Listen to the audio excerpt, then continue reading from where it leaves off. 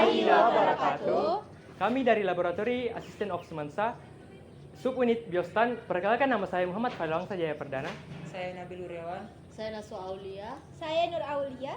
Saya Astrid Damayanti. Saya Bataria Liarsila Rukiat. Saya Nurifa Fauzia. Dan saya Rifan Bakri. Nah, di sini kami akan melakukan praktikum pengenalan alat-alat laboratorium biologi serta pengenalan simbol-simbol keselamatan kerja.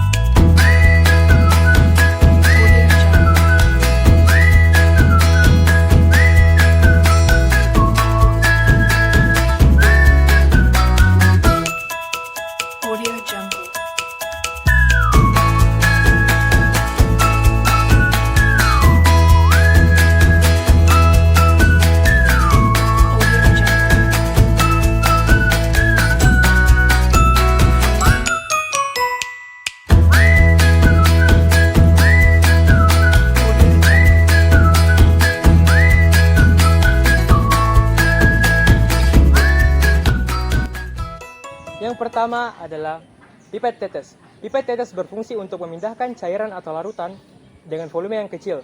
Dan yang kedua adalah gelas beker. Gelas beker berfungsi sebagai tempat atau wadah untuk menyimpan larutan. Dan yang ketiga adalah botol aquades. Botol aquades berfungsi sebagai tempat menyimpan cairan aquades yang berfungsi untuk mencuci atau membilas bahan-bahan yang tidak larut dalam air. Kaki tiga berfungsi sebagai penahan kawat kasa dan penyangga ketika proses pemanasan. Selanjutnya spiritus berfungsi untuk membakar zat atau melarutkan larutan. Selanjutnya itu tabung reaksi berfungsi untuk mereaksikan dua larutan atau lebih serta sebagai tempat untuk mengembangbiakan mikroba dalam media cair. Selanjutnya itu rak tabung reaksi berfungsi sebagai tempat atau wadah untuk meletakkan tabung reaksi ketika saat mereaksikan bahan kimia. Selanjutnya yaitu penjepit tabung reaksi. Penjepit tabung reaksi ini terbuat dari kayu yang digunakan untuk menjepit tabung reaksi dan meletakkannya ke satu tempat ke tempat yang lain. Selanjutnya yaitu corong. Corong ini digunakan sebagai alat bantu untuk memindahkan larutan ke wadah yang berdimensi lebih kecil. Selanjutnya yaitu kaca pembesar. Kaca pembesar ini digunakan untuk melihat objek atau benda yang lebih kecil menjadi lebih besar.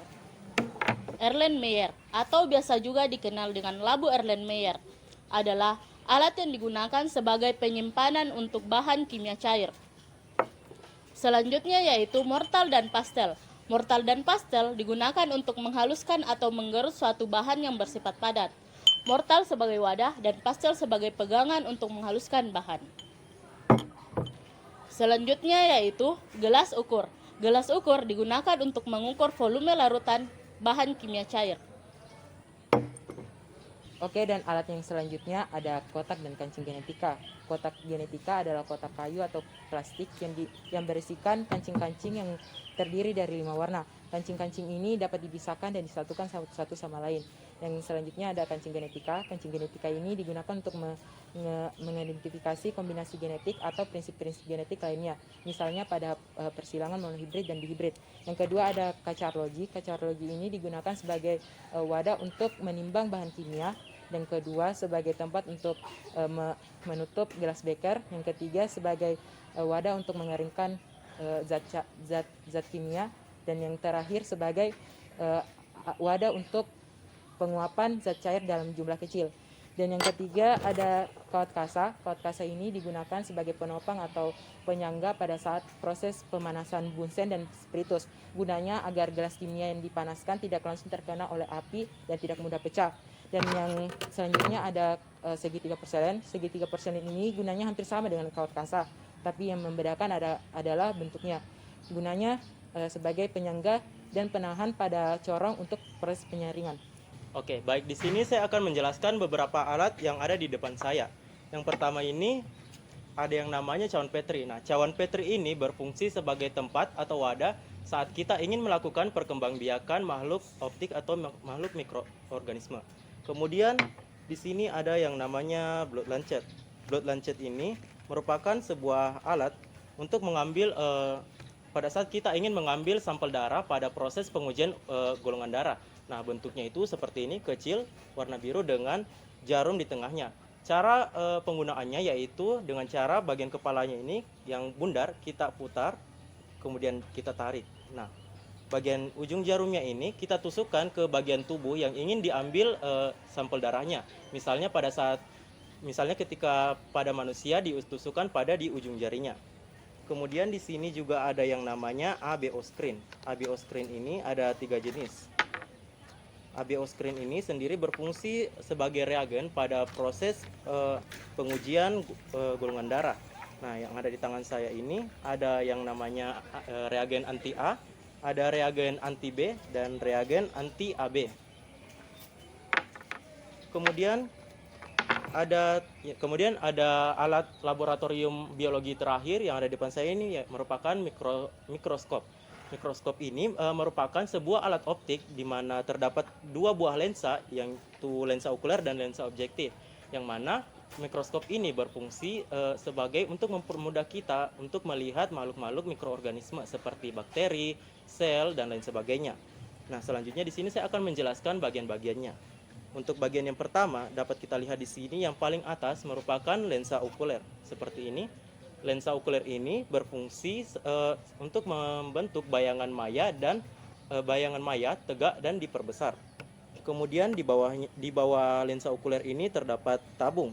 Tabung ini berfungsi untuk mengatur fokus serta menghubungkan lensa okuler dengan lensa objektif yang ada pada mikroskop. Kemudian jika kita melihatnya dari samping, di sini ada 2 buah bagian, yaitu yang pertama pengatur fokus kasar atau biasa kita sebut sebagai makrometer. Nah, makrometer ini berfungsi untuk menaik turunkan tabung secara cepat dengan cara diputar seperti ini.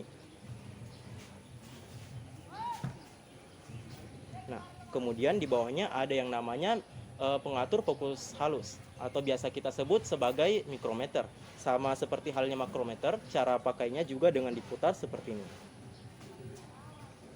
Kemudian di bagian samping lainnya ada yang namanya pegangan. Sesuai dengan namanya, bagian ini berfungsi ketika kita ingin mengangkat atau memindahkan mikroskop dengan cara memegangnya seperti ini. Dan untuk amannya, kita meletakkan telapak tangan kita di bawah agar tidak mudah jatuh, seperti ini. Kemudian setelah itu ada yang namanya meja preparat. Meja preparat ini, yang bagian sini, meja preparat ini berfungsi untuk sebagai tempat berfungsi sebagai tempat untuk meletakkan kaca preparat. Nah, apa itu kaca preparat? Nah, kaca preparat itu bentuknya kurang lebih seperti ini. Kecil, tipis, berfungsi sebagai tempat untuk meletakkan mikroorganisme yang akan diamati. Nah, di atas meja preparat ini ada yang namanya klip penjepit. Klip penjepit ini berfungsi untuk menjepit atau menahan kaca preparat tadi agar tidak mudah bergerak saat melakukan pengamatan. Kemudian ada yang namanya revolver. Nah, revolver ini yang bagian sini berfungsi untuk mengatur perbesaran pada lensa objektif dengan cara diputar seperti ini. Nah, kemudian ada yang namanya lensa objektif. Lensa objektif ini merupakan lensa yang berada di dekat objek yang diamati, yang mana dalam hal ini merupakan mikroorganisme. Lensa objektif ini berfungsi untuk membentuk bayangan nyata, terbalik, dan diperbesar. Kemudian di bawah lensa objektif ini, lebih tepatnya di bawah meja preparat, ada yang namanya kondensor. Nah, kondensor ini bagian sini berfungsi untuk mengatur, mengumpulkan dan memfokuskan cahaya yang masuk ke dalam mikroskop. Nah, kemudian ada, kalau kita lihat dari samping lagi, di sini ada yang namanya sendi inklinasi. Sendi inklinasi ini berfungsi untuk mengatur sudut atau tegaknya mikroskop. Nah, seperti ini. Kemudian di bagian terakhir dari mikroskop ini yaitu ada yang namanya cermin. Nah, cermin ini berfungsi untuk mengumpulkan cahaya yang masuk ke dalam mikroskop, di mana di cermin ini terdapat 2 buah lensa, yaitu lensa cekung dan lensa datar. Sekian dari saya untuk penjelasan alat-alat laboratorium ini. Sekian dan terima kasih. Selanjutnya, Simbol keselamatan kerja, yaitu yang pertama, bahan yang mudah terbakar, yaitu bahan kimia yang bersifat permukaannya panas, contohnya kloritrilofida, bensin, dan lain-lain. Yang kedua, iritasi.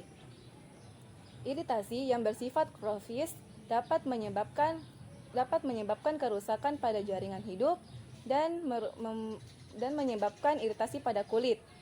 Dan yang ketiga, oksidasi. Oksidasi bersifat mengoksidasi dapat menyebabkan kebakaran dan menghasilkan panas pada saat kontak langsung dengan bahan organik. Yang keempat itu bahan yang bersifat beracun. Apabila teman-teman melihat simbol keselamatan kerja berupa tengkorak dan tulan, maka bahan ini mengandung racun sehingga bersifat toksik.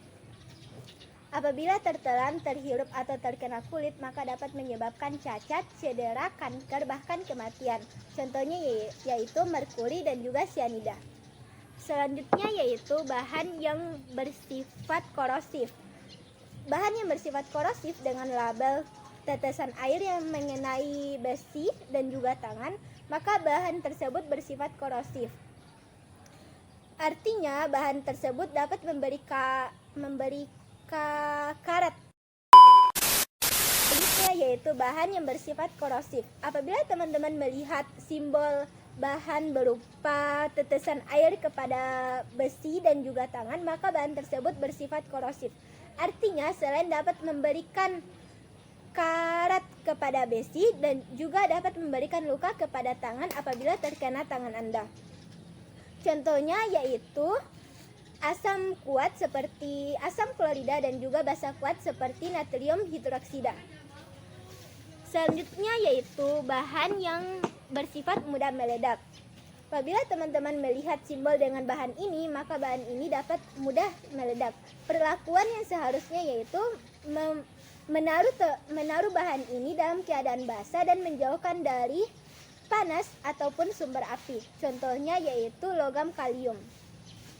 Dan simbol keselamatan kerja yang terakhir yaitu bahan yang berbahaya bagi lingkungan. Bahan ini berpotensi dapat merusak ekosistem jika dibuang pada sembarang tempat. Contohnya yaitu petroleum bensin.